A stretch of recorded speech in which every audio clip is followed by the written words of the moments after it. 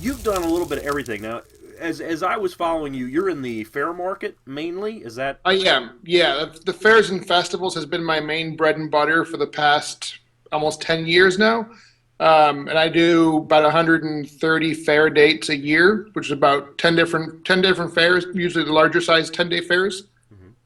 very good? So, what can you share with us about the market? I mean, what have you learned? What has surprised you?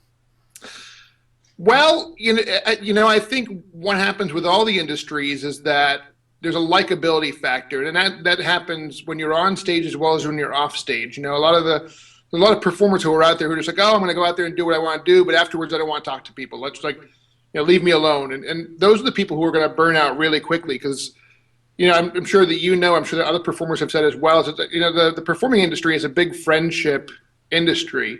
So you need to be personable. You need to make friends. There's a certain hang factor. There's a certain hangout factor that happens when you're off stage as well as what's happening on stage that, especially with the fairs and festivals, it's a big family-run business. It may be a multi-million-dollar family-run business, but, a lot of times in the office, it's, so-and-so is running the office and their son is running the concessions, making runs on the grounds, and their cousin is doing something else, and so it's a lot of just personal relationships that you just have to build on.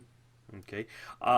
Now, when you're working the fairs, let's clarify that your hang time. You're doing that with clients as well as patrons, and Yeah, well, doing that with patrons, people who want to come up and talk to you after the show, but also other performers. okay.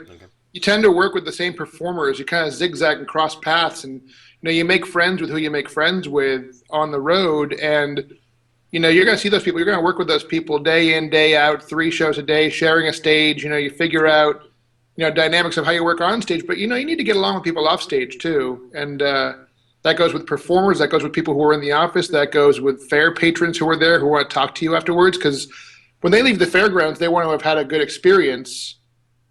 And when they leave, they want to say, hey, I saw a great show. But not on top of that, he was just a really cool guy. I got to have this one-on-one experience with that guy, Hmm. which Okay. doesn't often happen if you're performing in a theater space or if you're performing on a cruise ship. Sometimes, you go out, you do your show, and then you're gone. You may never see those people again. And to have that personal experience that the fairs and festivals can offer, it's a very personal experience that people can have there.